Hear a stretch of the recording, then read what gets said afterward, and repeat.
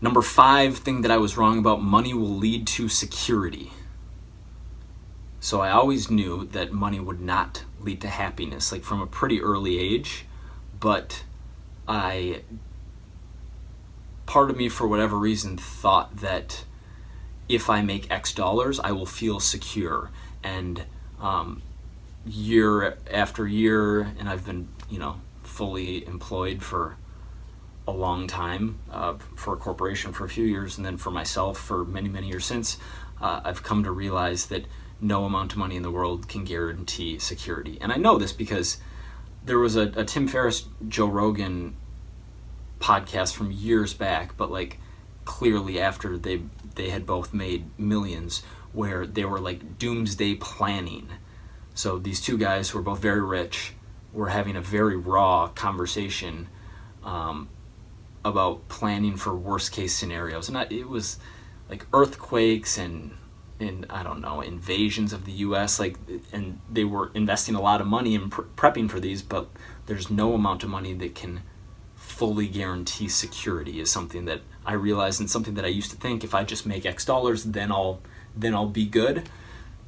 That's a game that doesn't end well. 6, I was wrong to be lazy and quit on almost every day of my entire life. I love this one because I think a lot of people might not believe it, and it's so clear to me that there have only been maybe 8 to 15 days in my entire life where I actually did everything that I wanted to do, or where I actually acted correctly throughout the entire day. And there's a feeling of satisfaction, of accomplishment, of alignment at the end of that day. Like when you rest after doing what you know you had to do and feel like you deserve that rest, that is an entirely different feeling than giving up on the day early and resting. And this, I'm not judging on like you should work hard all day long every day. That's not where I'm coming from. Where I'm coming from is, if in my gut and my conscience I know I'm supposed to do something, and then I don't do that, I feel worse.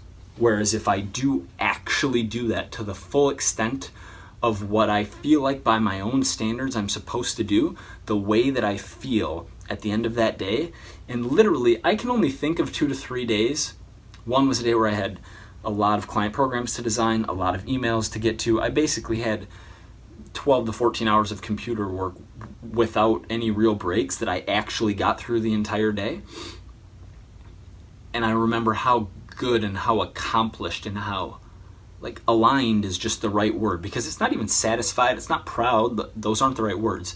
It's I felt like I was living right. And I can remember 2 to 3 specific days like that, and I'm assuming I'm missing a few in my memory, but there have been very, very few days in my life where I really did that. And I don't think perfection is necessarily the goal, and definitely not the standard that we should hold ourselves to, but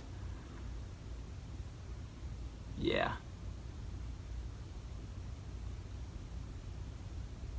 Yeah.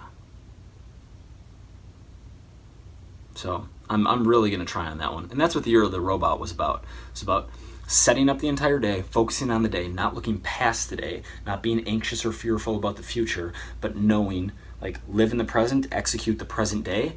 And if that quote-unquote execution involves relaxation, if it involves socializing, if it involves hanging out with your grandma for 2.5 hours at the retirement center, like whatever your day involves, but actively and intentionally planning what you're going to do and then doing what you know you want and should be doing.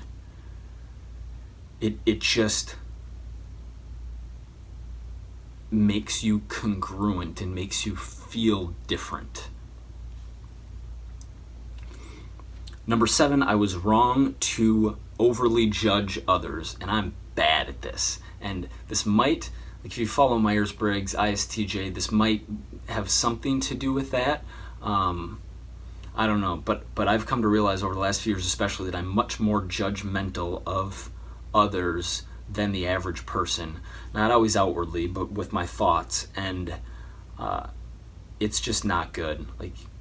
Like it's just not a good way to lead. And a lot of Gary's content is coming to my mind right now as I think about this. The note I have here is the line from the Sermon on the Mount in the New Testament of the Bible, in the book of Matthew, about the speck in your brother's eye when you have a log in your own eye, or basically, why are you looking at, criticizing, judging someone else for a minor wrongdoing when if you look at yourself, you have so many things that you could be doing better?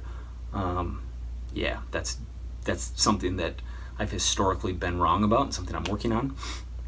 Number 8, fitness, baby. I was wrong that steroids are inherently bad.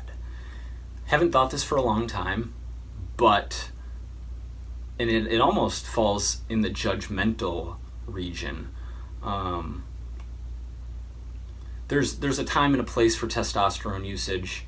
I'm 32. I've never taken any exonerous? Is that, it means like external. I've never taken any hormones of any kind in my entire life, and I think that's obvious. I'm not that big, I'm not that strong, I'm not that peeled, so I don't really get accused of it, although I could probably dig up like 10 comments over my YouTube career that do accuse me of juicing, so thank you for the confidence boost. But steroids are so prevalent in the fitness industry, which I'm okay with.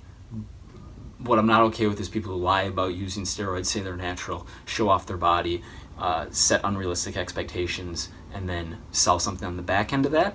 But to each their own. Like, who am I to judge, really? I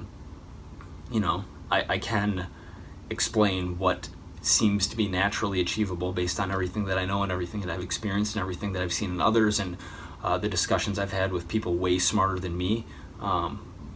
But yeah, so I've said this before, I've tweeted this, I've said it on here.